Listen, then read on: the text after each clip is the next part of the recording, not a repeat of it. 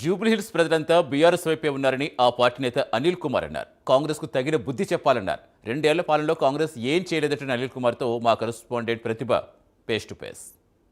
ఇక్కడ మనతో పాటు Goshamahal constituency senior leader BRS తరపు నుంచి అనిల్ కుమార్ గారు మనతో ఉన్నారు. మరి వారితో మాట్లాడి అసలు ప్రచారం ఎలా జరుగుతోంది, ప్రజలు ఎలా రిసీవ్ చేసుకుంటున్నారు బీఆర్ఎస్ పార్టీని అనేది తెలుసుకునే ప్రయత్నం చేద్దాం. హలో సార్, సో మీరు ప్రచారంలో ప్రతిరోజు పాల్గొంటున్నారు. మరి ప్రజలు ఎలా రిసీవ్ చేసుకుంటున్నారు బీఆర్ఎస్ని?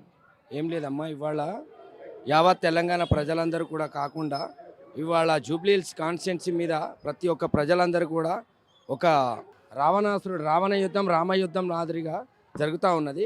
ఇక్కడంతా రావణ యుద్ధం జరుగుతున్నది కాబట్టి అది తొలగించడానికి ఈ యొక్క జూబ్లీహిల్స్ కాన్స్టిట్యున్సీ ప్రజలే కాకుండా యావత్ తెలంగాణ కూడా ఇక్కడనే ముప్పు చూపిస్తూ ఉన్నది. ఏ విధంగా జరగబోతున్నది, ఎవరిది విజయం సాధించబోతుందని.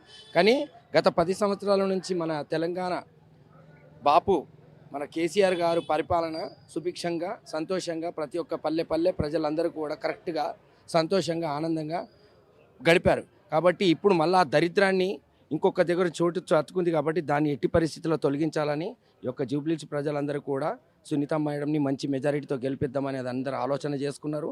పూజలు చేస్తూ ఉన్నారు, కంకణం కట్టుకున్నా ఉన్నారు. మంచి మెజారిటీతో మళ్ళీ బీఆర్ఎస్ పార్టీని గెలిపిద్దామని ఇక్కడ జూబ్లీహిల్స్ ప్రజలందరూ కూడా ఆదర్శన చూపిస్తూ ఉన్నారు. మాకు కాంగ్రెస్ ప్రభుత్వం చేసిన అభివృద్ధి పనులు చూసే మేము ఇక్కడ గెలుస్తామని ధీమా వ్యక్తం చేస్తోంది కాంగ్రెస్ పార్టీ. దాని గురించి కాంగ్రెస్ పార్టీ ఒక్క 0.55 పైసా కూడా ఎక్కడ కూడా ఈ అభివృద్ధి చేయలేదు. నువ్వు ఏది కూడా ఒక్క రూపాయి హాని చేయకుండా కూడా నువ్వు చేస్తా ఉన్నావు అంటే నీకు చాతగాని దద్దమ్మవు. నువ్వు నీకు అసలు ఒక ఎల్కేజీకి ఉన్న పిల్లలకు ఉన్న నాలెడ్జ్ కూడా నీకు లేనివాడిని.